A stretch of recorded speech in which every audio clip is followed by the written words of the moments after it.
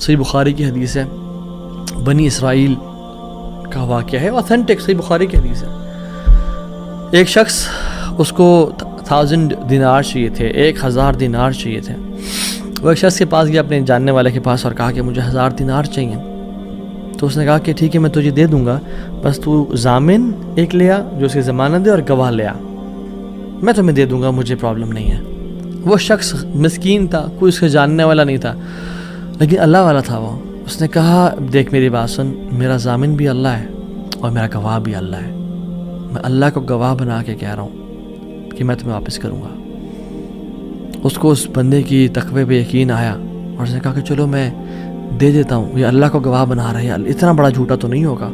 اور یہاں پہ آئی پاز، میرے بھائیوں بہنوں، پاکستان کے لوگوں، انڈیا، بنگلہ دیش، جہاں سے بھی لوگ دیکھ رہے ہیں، اللہ کا نام لے کے نہ کبھی کسی کو دھوکہ نہ دو۔ ویسے بھی دھوکہ کسی کو نہیں دینا چاہیے، لیکن اسپیشلی اللہ کی قسم کھا کے یا اللہ کا نام لے کے کسی کو دھوکہ نہ دو۔ یاد رکھیں جو اللہ کا نام لے کے سچ بولتا ہے نا، اللہ تعالیٰ اس کی غیبی خزانوں سے مدد کرتا ہے، اور جو اللہ کا نام لے کے دھوکہ دیتا ہے لوگوں کو، اللہ اس کو تباہ و برباد کر دیتا ہے۔ تو اس شخص نے کیا کیا، اس نے کہا کہ میرا ضامن بھی اللہ ہے، میرا گواہ بھی اللہ ہے۔ تو اس نے دے دیا، اس نے کہا میں تجھے اللہ کے اس نام پہ تجھ پہ میں ٹرسٹ کرتا ہوں۔ یہ شخص پیسے لے کے اس نے کاروبار کرنا تھا، یہ چلا گیا۔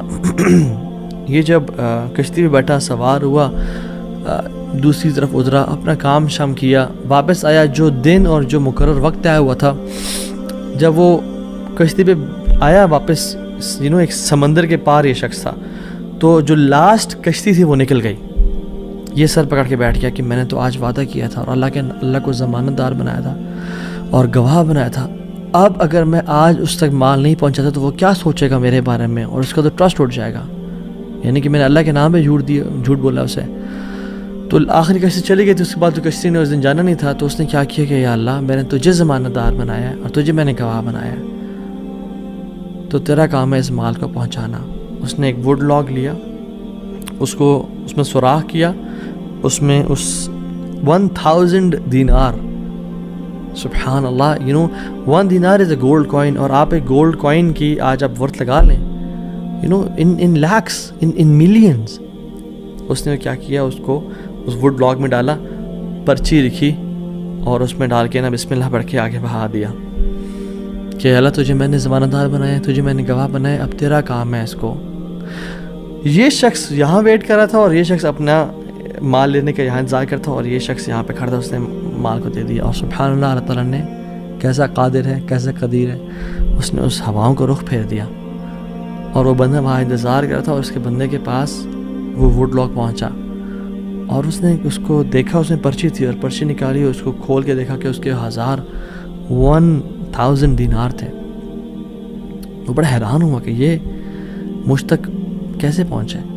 خیر، یہ جو شخص تھا جس نے بھیجے تھے، یہ اگلے دن دوبارہ جو سب سے پہلی کشتی ملی اس پہ روانہ ہوا، اور اس بندے کے پاس پہنچا، اور 1000 دینار لے کے الگ سے کہ پتہ نہیں وہ پہنچے نہیں پہنچے، میں اس کو اس کا حق تو دے دوں۔ اس نے کہا کہ یہ تمہاری امانت، معذرت تھوڑی تاخیر ہو گئی مجھ سے۔ کہتے ہیں تو کل تم نے مجھے پیسے نہیں بھیجے؟ کہتے میں نے بھیجے۔ پھر اس نے کہا جس رب پہ تم نے توکل کیا ہے نا، جس رب کو تم نے ضمانت دار بنایا تھا، اس رب نے تیرا مال مجھ تک پہنچا دیا، مجھے اس مال کی ضرورت نہیں ہے۔ ہم کیوں بات پریشان ہوتے ہیں؟ کیا کمی ہے ہماری زندگی میں؟ شاید توکل کی کمی ہے، قرآن پڑھنے کی کمی ہے، عبادات کی کمی ہے، حلال اور حرام کی پرواہ کرنے کی کمی ہے، نظروں کی حفاظت کرنے کی کمی ہے، ہماری زندگی میں کچھ کمی ہے۔